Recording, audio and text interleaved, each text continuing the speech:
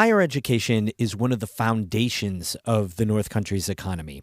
There are almost a dozen campuses providing jobs for faculty and staff and students who spend money here. But that foundation is fraying with declining enrollment, something that's happening nationwide. The community college in Watertown is reckoning with how to readjust to this new reality. JCC's restructuring on today's Story of the Day. Support for Story of the Day comes from Claxton Hepburn Medical Center, dedicated to providing patient care and regional services to the people of St. Lawrence County. claxtonhepburn.org. Hey, I'm David Sommerstein. It's Thursday, October 12th. First up, a Washington County school's effort to keep its stereotypical native mascot may soon be coming to an end. According to the Albany Times-Union, Cambridge Central School made its case before a state appeals court Tuesday for its Indians mascot. But the judges said the arguments are likely moot because the state now prohibits indigenous-themed mascots at all schools statewide. Cambridge had retired the Indians mascot almost 3 years ago, but after local public outcry, a new school board reinstated it. Then the state education department stepped in a year later and forced the school to retire it again. Cambridge has been fighting in court ever since. More than 60 schools in New York have had to change their mascots by 2025 or risk losing state funding. Glens Falls, for example, recently went through a community-wide process to change its mascot from Indians to black bears. The appeals court's ruling on the Cambridge mascot is expected to come in the coming months.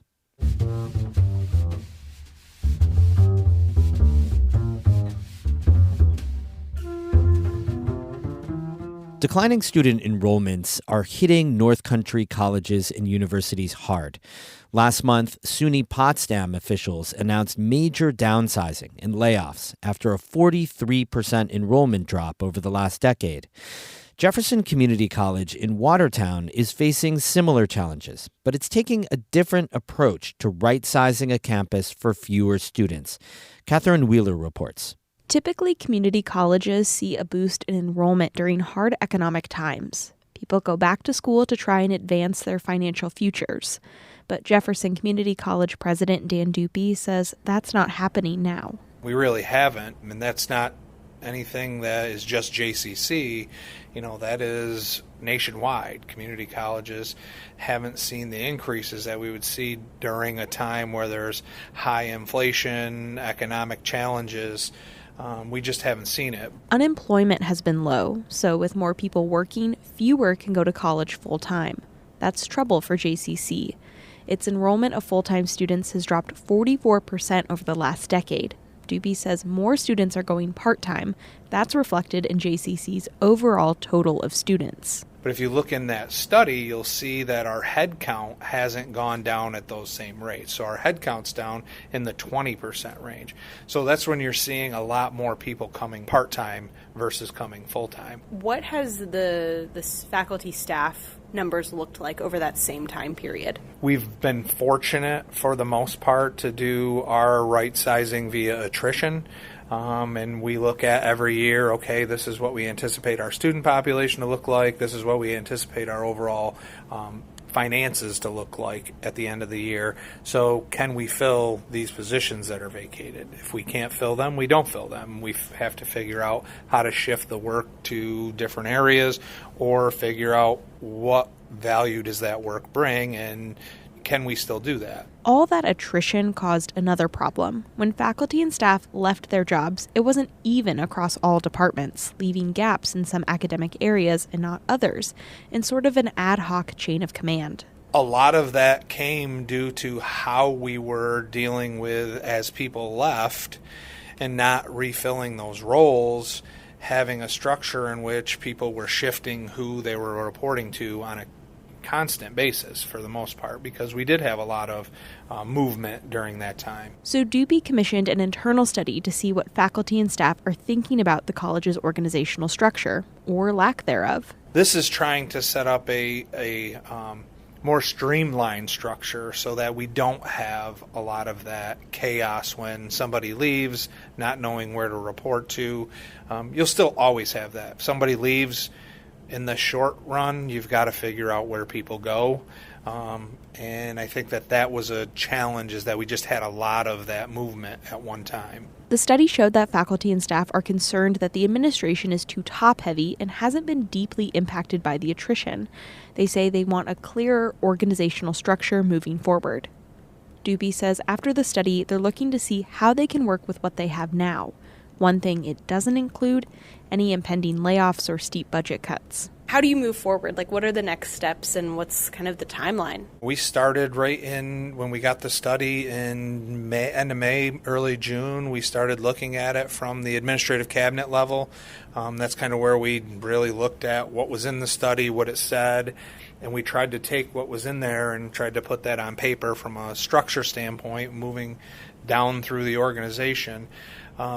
And then we've been able to consistently, after we've put something on paper, we've taken it out to the entire campus community, being all full-time faculty and staff, and heard, back from them on what they saw and what changes we need to make. And we've made changes from there. And then we've kind of moved down again, and we're doing the next phase. And we, again, have open sessions, talk through it, figure out what makes sense, what doesn't make sense. So I think right now we're looking at a timeline of hopefully having a finalized structure that we can move towards in the future.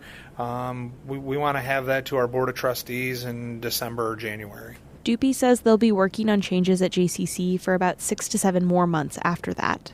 Because higher education is such an economic driver in the North Country, like it employs a lot of people and it also trains a lot of people, are you concerned about, what it's looking like out there and how that will impact, the broader economy of this region? Well, I think if you look at our region, a lot of our roles, and we had a kind of a economic impact study, and when you really look at our region, it's federal government jobs, it's state jobs, it's very public service oriented. So absolutely, as we lose jobs in this area that are associated with education, that's a huge concern for the area. So we want students to come to college because we want them to, one, go out into the communities and better our communities, but they also are an economic driver in this area. That was Jefferson Community College President Dan Doopy speaking with Catherine Wheeler. There's a lot of hard news right now, so let's take a little mental health break. Last week, reporter Amy Feiereisel was out canoe camping, and she ran into a few artists who were up here on a plein air retreat, essentially painting outside. They were set up on the boat launch to Middle Saranac Lake. They were in the Adirondacks as part of a retreat put on by Plein Air magazine. Rick Wilson is a professional artist from Indiana, and he was starting to add color to his painting after sketching in the landscape. So that's where I'm at now. I'm laying some color in. Mix up a little sky. And I like to mix a little bit of raw umber with my blue to gray it up a little bit, just to cut the chroma a little bit so it's not so garish. And you've taken some creative liberties with sort of the landscape, right? You've painted out the dock and you've moved the mountain over. That's right. The beauty of being an artist is artistic license. So where I'm sitting at right now, I'm at the edge of the creek. The mountain is just out of view, so I've kind of moved it to help create a better composition. A lot of people paint with earbuds. I paint with traffic noise. It's just so soothing, especially the semis when they put their Jake brake on. You can see Wilson's final painting at ncpr.org. Hey, let's make sure everyone can enjoy these little moments of delight that North Country Public Radio is so well known, nationally known really, for. Our audio postcards to soak in our beautiful outdoors. When you donate to our fall fundraiser right now at ncpr.org/give, you're making sure everyone can soak up those sounds of the outdoors and the people enjoying it. Some people can't afford to give right now, and that's fine. So you can do a little work for them.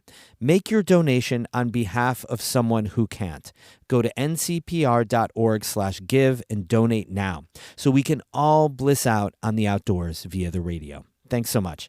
Music today by Mark Corey of Watertown and Patricia Julian of Burlington.